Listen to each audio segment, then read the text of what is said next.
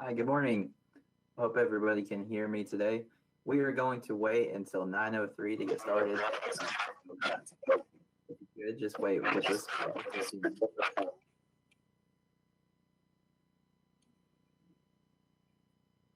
Morning, Tyler. Good morning. Good morning, Thomasine. Good morning. I had to unmute my mic. All right, so like I was saying, we are going to wait until 9:03. Do I sound like a robot? No. Yeah.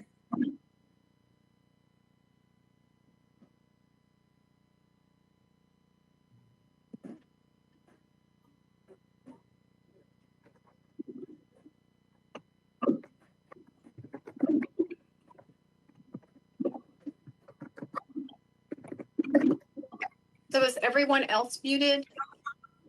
It seems like it. Hello, Alicia. Yeah, Hey, so Alicia. all the participants, feel free to unmute your microphone and also to join in with your webcam. That way we can see you. Obviously, do whatever feels comfortable to you, but probably more than sure. Do we just get on the webcam? Yes.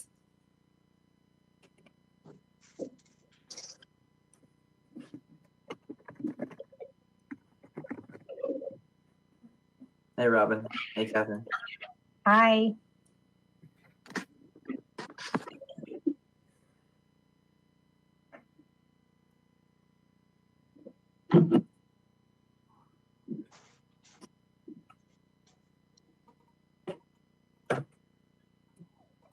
Hi, Jamie.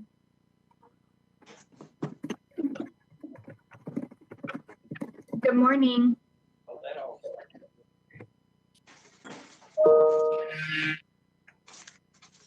Hey, Dina.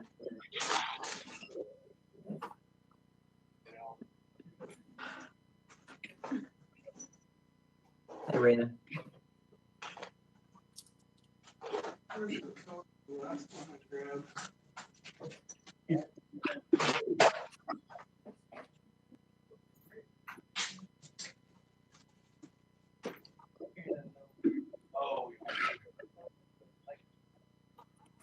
Okay, so I'm actually going to mute everybody for a minute and just do a quick introduction, and then I will pass it off to our guest presenter today.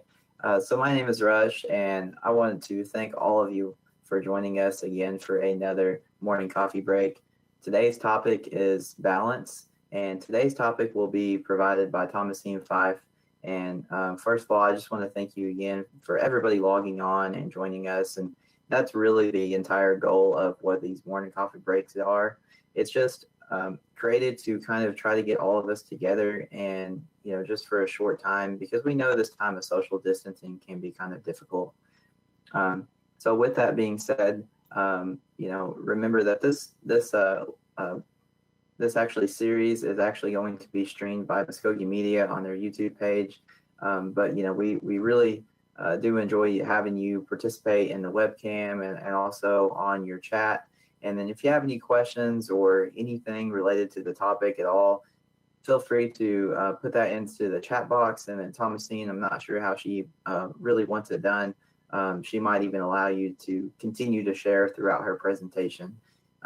So Thomasine, without further ado, all right, I think you're on. All right. Well, thanks, Rush. Thanks for inviting me to talk a little bit about this topic of balance. I know last week Tyler led the discussion and he talked about stress. So we've identified some things that we find stressful. Currently it's the pandemic and having to make sure that we ourselves are healthy as well as our families. And then also the kind of political unrest that's happening right now. And so those are outside forces, factors that we can't control. But within ourselves, there are things that we can work on. So Rush invited me because him and a couple of coworkers have this perception that I have this work-life balance kind of in check, but it's not always true. But one of the things I feel that helped me is that to separate life and work is to have actually two physical different devices. I hear about people checking their phones, their personal cell phones, their work email. And, I don't do that. I have an iPad. I have a separate device that helps me keep those two separate. So then I know that when I need to work, I pull my iPad out and check it and get work done. But other than that, I don't use it for personal use, and then vice versa on my cell phone. That's my personal use. If I want to play a game, if I want to check Pinterest or something, that's what I do on my personal phone. So I think having those two devices help me as well, kind of turn off work, because there's a lot that we need to be doing at work. And my husband helped me kind of balance it out when I was going through a little bit of change within my roles at behavioral health. And he helped me identify that, hey, it didn't get in this current situation that it is like overnight. And so it's going to take some time to get it in a good place where you're wanting it, where it can be really flowing well, our processes checked. So just realizing, I think with age, that helps, that I know that I can't accomplish X, Y, Z, A, B, and C all in one day, right? So I know, however, that I can come into work and be productive and get some meaningful tasks done that get me closer to that step. So that's one thing that helps me. And as far as family life balance, my family's really important to me. And so I make time for them. And one of the things that I do is I schedule. So, when you picked up your report cards this last time, they also gave you next year's school schedule, right? So you can look at that and find out when's fall break, when our report cards due, spring break, and schedule those. I utilize Outlook a lot. I try to use technology, and I put those in my calendar so that I know those are dates saved for my family. Those are days that I want to take off and be with my son, my grandkids, whomever, because our kids are only little once. My youngest son is 20 years old, and so I understand that our kids are only young once. So make sure you schedule in time to attend the ball games, musical concerts, Rush and Tyler, your daughter's dance recitals. Make sure you're there. They're only young once, and they'll remember that. Think about to when you were a child and your parents or grandparents were in the stands. I ran cross country, and so when my mom or someone's there supporting me, it felt like I ran faster when they were there. I guess maybe because I had someone there supporting me, cheering me on. So think about that, because we know that our kids need that encouragement as well. So make your family a priority. There are just a couple of things that I was thinking off the top of my head that I could share. And if there's anything else, so one way I decompress on going home, because we work in behavioral health and it's pretty stressful at times. We're dealing with people's lives. At times we have maybe suicidal clients or people that have survived some horrendous events. So I use the drive time as my time to decompress. So at times that means not even turning on the radio, because I just want quiet and silence and just want to process the day. And so using your drive time as a time to decompress and just reflect on the day is a good thing, because then when you get home, your family's there waiting for you. They're like, yay, mama's home. So then they want your time, right? Look what I did today, or I'm reading this, So when I get home, another thing I do is I change clothes. I get out of my work clothes and I get in my comfy clothes, whatever, in the winter, it's those really soft pajamas. I want to be, I'm at home. So I physically take off the clothes that I had on at work and put on my comfy clothes. So then that means I'm home, I'm mom then. So that's another thing that kind of helps me separate work and life. And so I was just wondering if there's any one that would be brave enough to share something that they do that helps kind of balance work and life. And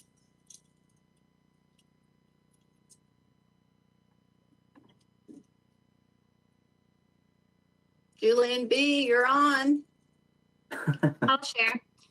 I make sure to get up every morning at 5:30 just to have me time because I only have a 30-minute drive from my house to here. And so I know that there's things that I like to do during the day, like read my Bible and pray, and usually do my makeup. That didn't happen this morning, but there's just things that I like to do. And if I don't wake up and get those things done, like if I don't wake up to my alarm and I decide to sleep in, I realize that on those days, it throws my days off. So making time for me, because once I do get home, like you said, as soon as I come through the door, it's mommy, mommy, mommy, and everything is calmer. And then by the time she goes down for bed, I'm exhausted from the day. So my me time, I figured out, has to happen first thing in the morning. So I don't know if that helps anybody else out, but it's definitely helped me figure that out.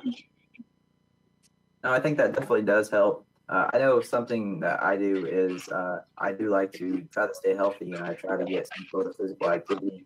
But Thomasine, I do have a question for you. So what do you feel like, or actually, have you ever felt like whenever you pull into your driveway and you see the kids dancing out the door and you see them running outside, have you ever thought to yourself, can I just back up and then drive off for a little bit? No, I've never have. They're my heart. I don't feel like that. I know I have to change. So maybe that's just me, but I know for me personally, you know, especially if you have a long day at work and maybe it's a day where you didn't really get a lot of breaks, you didn't really eat a lot of food. I know at times it feels like that can be kind of overwhelming. So I like how you shared how you can decompress during your drive home. And that's your decompress time before you get home. And I think that can be really helpful for all of us. Right. So, Rush, in that situation, what I tell you to do is drive around the block a couple more times before you drive into the driveway, right? Make sure that you're ready to be dad so that they know that you're there and happy to be home. Courtney, thank you for sharing your thoughts too. And Courtney's absolutely right. Like, we've got to take care of ourselves so that we can take care of others. So making yourself a priority is the best thing that you can schedule your time on. Thomasine? Yes. To Rush, don't feel like that. They actually have a commercial out where the mother is wanting to get away from the kids for her own personal time. So she's in the closet in the pantry and she's in her knitting and she's fighting for the kids and the children are putting their fingers up under the door. So don't feel alone in that situation. Okay.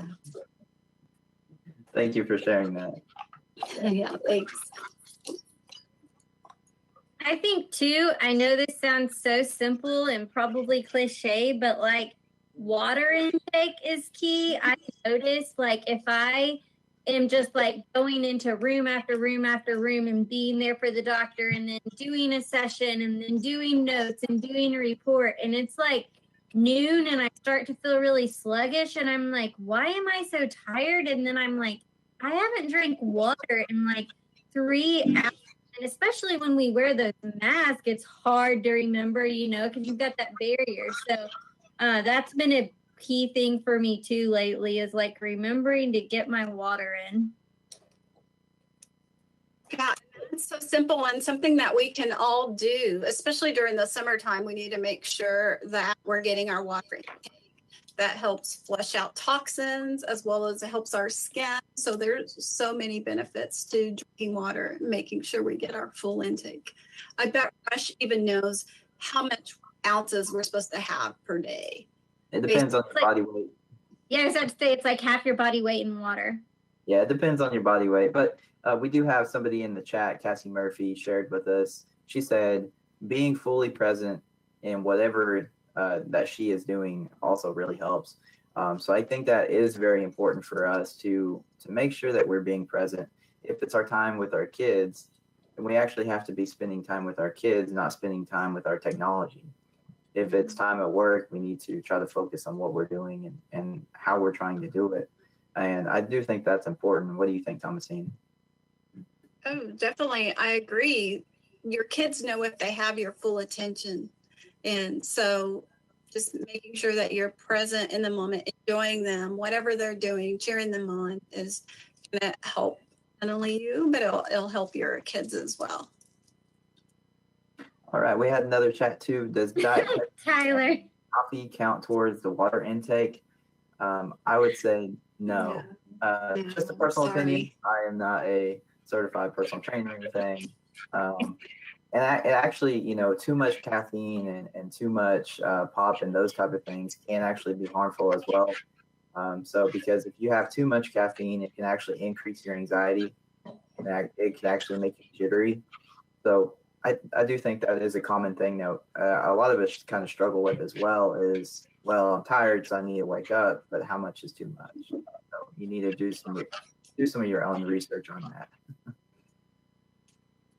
Another thing too, I obviously watch a lot of self-care podcasts. So a lady that I really admire said that during this pandemic, it's really likely that we focus on all of the negative things going on in the day. So one of the first things to do in the morning is write down 3 to 5 gratitude statements or things in your day or in your life that you're grateful for. That way, if you're having a stressful day at work, if you're just stressed out in general because of the situation and where the world is and getting on Facebook and seeing all the negativity, that you can go back and read through those gratitudes each day and try to focus on those, because what we focus on, we're going to get more of. So if we're focusing on all the things that are going wrong, we're likely to just hone in on that. And so being able to be within that positive, that I remember her talking about that, and that was really key too. Yeah, that's a good point, Courtney. I know Tyler shared last week that he uses journaling as a way to kind of manage his stress. So I like that. And I do journal as well. I don't journal as often as I like, but I like to trying to draw a little better, trying to use my artistic side of my brain. So yeah, I appreciate that, Courtney.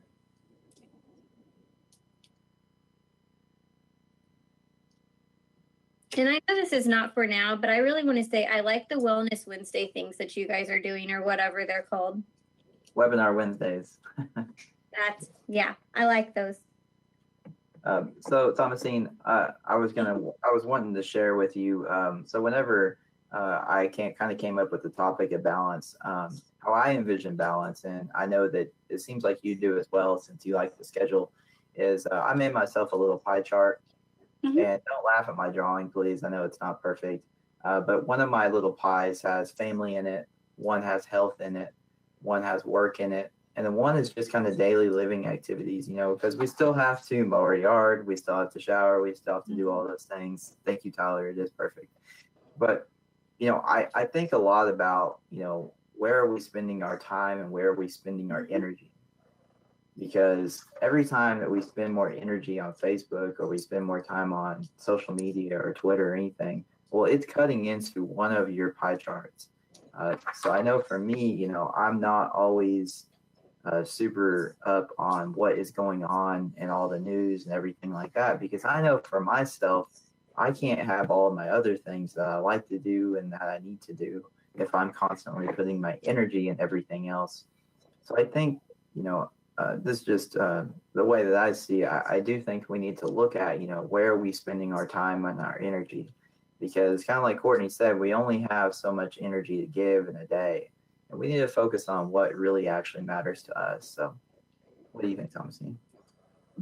Right. So that's another point you make about energy. Notice where your energy level is. Are you a morning person or are you a night owl? If you're a morning person, you want to schedule all those important meetings in the morning. So that way, when you have your energy levels higher and you're able to focus.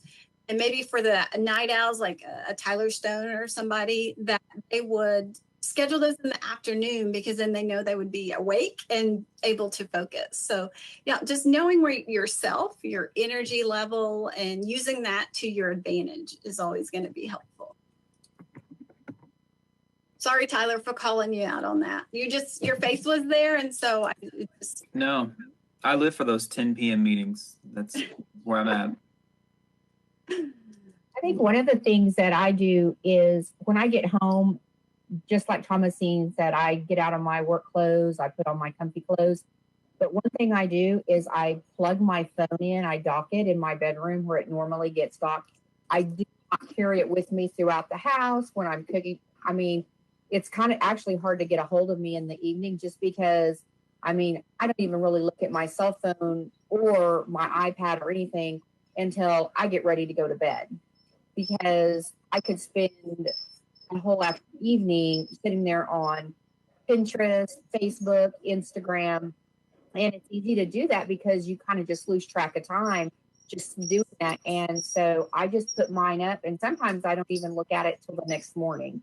So, but I think that's one thing, even if you just start doing it one night a week, just putting your phone away, because I think that's probably, me being older, that's not I know for younger people, that's just like an extension of them. For me being an older individual, it's not. And it's really sad when I see people out to dinner and their kids are sitting there trying to talk to them, and the parents are sitting there on their cell phones, or out anywhere. And I'm like, they don't even, they are not even interacting with their children.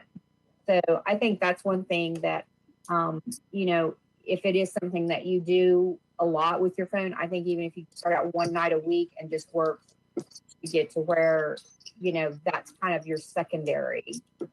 So, but I don't have kids. So, I mean, like, I pretty much am just me. yeah. Dogs. But you brought up a good point, Robin, in that just starting out one day a week. We're not saying do it every night of the week, but you can choose one day and do it in little increment steps. We're not saying you can't ever not look at your phone. Just start out with baby steps like that. Yeah. Thank you for sharing. Uh-huh. So what are some indicators that you guys go through in your life when you feel like you're out of balance? So, or what are some feelings that you have when you're out of balance? How do you, I guess what I'm asking is, how do you know that your life is kind of out of balance? Right. So I'm a kind of list person, as well as I print things off so that I physically see something. And so I know when I have a lot of papers on my desk, or like now on my floor, because I lay them to the side, I know that it's getting kind of chaotic. And so I need to sit down, reevaluate, prioritize my things, because there's always going to be something there. Like I participate in chart audits. So the electronic health record chart audits, and those are ongoing. Those are going to be, there all the time. And so I know that's something that maybe I don't have to put high on the to-do list, but I know it's something that needs to be done. So prioritizing. And so just physically seeing something, that's kind of my indicator, like, hey, your life is getting a little chaotic and busy. Another thing would be dirty laundry, because you don't always do laundry if you're busy all the time. So if my laundry hamper is really getting full, I'm like, oh, I need to slow down and take care of some home chores. So the answers off that question on some in the chat was they noticed a change in their sleep. And then also, too, a couple other people said that they feel more tired. And then one individual put that they are having headaches. So how does, being out of balance and how does stress, Thomasine, does that affect your sleep at all? Oh, definitely. It does affect your sleep. When you're stressed, your mind can't slow down, can't stop. It's still going. And it is kind of hard to try to turn your brain off. But deep breathing is helpful to do that, so that you can clear your mind, breathe in and then breathe out really deep and strong, and kind of that will relax your brain. But yeah, sleep is really important to make sure that we stay on a good sleep routine, get good sleep hygiene. With the headache, like drinking more water, that may be helpful as well. All right. And then also in the chat, Vanessa said that I don't feel like doing anything when I am a little off. So I make myself get up and do something so I will be active and get out of the slump. How do you get out of your slumps if you happen to go through one? Same thing. You got to make yourself get up and go. Even though it's hard, it is. I do a lot of good, positive self-talk to myself. Like, you got this, girl. You can do it. Come on, let's go, get it done. You know, I'm my biggest cheerleader because I have to be. So I know all a friend too. I see one of my good friends on. Hi, Alicia. So I might one of them and just talk to him, and that helps me kind of debrief whatever it was stress I was going through, and kind of I can refocus. So yeah, reaching out for help to friends, family. And Thomasine, you said that you're your biggest cheerleader. I think that you're our biggest cheerleader also. I think Thomasine, in surrounding yourself with positive people, like she's always posting nice, positive, uplifting things around the office. She's got it posted on her door. So that's also helpful. But I want to add to what you said, or just comment on what you said earlier about kind of your ride home, if you just ride in silence. So for me, I have a 40-minute commute home, and I would always listen to music because I thought that was my de-stressor, and I could just kind of shut my brain off from working all day long. But when you said you're just sitting in silence and just trying to process the day so that you're present when you get home, I think that was really powerful, because I'm not good at that. Like I said, I just try to shut my brain off on my way home, and then I'm reminiscing about it when I get home, and I'm not present with my kids. So I'm going to take that little tip that you gave and try to do that on my way home, and just turn that radio off, just kind of go over how my day was. What do I want to do for tomorrow? Make a game plan. And then that way I've got that out of the way. And then when I get home with my children, I'm just there with them. So thank you for that little tip. Yeah, you're welcome. Thank you for sharing with us, Jamie. I appreciate that. Yeah, limiting your people with limiting your time around negative people. You know, that takes a lot. They take a lot of energy to kind of listen to and manage. So, I mean, you know who the negative people are in your lives. And so if you could limit your interactions with them, that'll be helpful as well. And reach out to the positive people you know that can kind of help you problem solve some things. That'll be helpful too. So also in the chat box, we have Tina, who asked a great question. She said, how do you remind your employees to take care for themselves? And then she said, we appreciate you, Thomasine. But how do you remind all of our employees to take care of ourselves?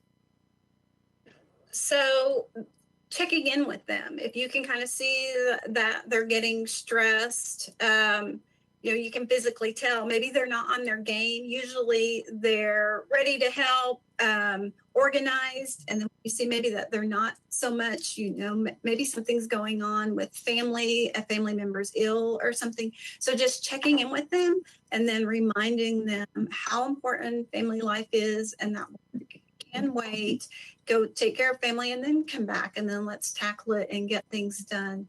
So just checking in with your coworkers as well. And there seems to be like a common theme too, where we work and then when we go home, we have a hard time turning work off, right? And we worry about the next day. And what's kind of helped me, what I try to do is I ask myself, is there anything I can do about work between the hours of like 5 and let's say midnight when I typically go to sleep?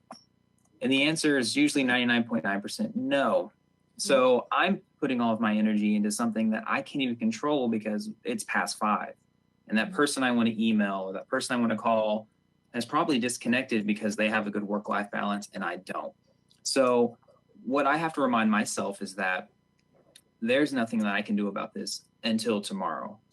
So I need to reevaluate myself and just say, listen, dude, you can't do anything about this anyway. There's no sense in having all of this anxiety and energy into something I can't even control. So I think that's kind of what it comes down to as well, is what you can only do what you can do. And that's really what I've been telling myself for like the past 2 years, because my anxiety goes up, and we can only do what we can do. And at the end of the day, if we can ask ourselves, did we do our best? And if we can answer that honestly and say yes, then we've done what we could do. So that's what I try to tell myself. Thank you so Yeah, much for sharing. Yeah. So Being before, real, that's, go ahead, Rush. I'm sorry, it's kind of difficult on the Zoom to tell who's talking and who's not. But I know we're approaching 9:30. It's actually 9:31. Before we log off, I want to encourage all the participants, if you like these morning coffee breaks, or if you have any suggestions, or if you ever have a topic that you want to talk about, this could be something that we may try to continue throughout July, or just, as long as we have to continue kind of this virtual type of society. So if you have any questions or suggestions, or if you just appreciate these calls or anything like that, feel free to reach out to me. I put our phone number in the chat, or my email. Please contact us and just kind of let us know. But I know something that I want to challenge everybody to do is try to do one thing for yourself today. I know that sounds kind of difficult sometimes, but definitely try to do something for yourself. And I want to thank everybody again for joining for our morning coffee break. And I'm really thankful that you're all here, all participating. And I hope that you'll join us next week and the week after. We have a couple different topics left. And then lastly, I want to say thank you so much, Thomasine, for being our guest speaker today. Do you have any last minute things that you want to share, Thomasine? Yes, I do want to say one thing, that if you feel like your life is really out of balance and you would like to talk with someone, therapy is really good. Behavior health is always here. I always look at therapy as individualized education, because that's what it is. You're learning about something that's specific to you, your life, your situation. So don't look at it as something bad, but reaching out, getting help is always important. So in 758-1930, always let everyone know that behavioral health is here. We want to help. We want our communities to be healthier. And Mado to Muskogee Media for always supporting us in our efforts here at Behavioral Health. All right. Well, thank you all. I hope you guys have a great day, and I hope you guys continue to take care of yourself during this time. And thank you, everyone. So I'll see you next week. Great job, Tom. Bye, Linda. Thank you. Bye. Courtney. Bye. Thank you. Very Bye, informative. Alicia. Thank you, Alicia. Bye-bye. Right. We'll have to do lunch. Bye. Okay. Bye-bye. Bye. Bye, Courtney. Hope you have a good day. You Bye. too. Thank you.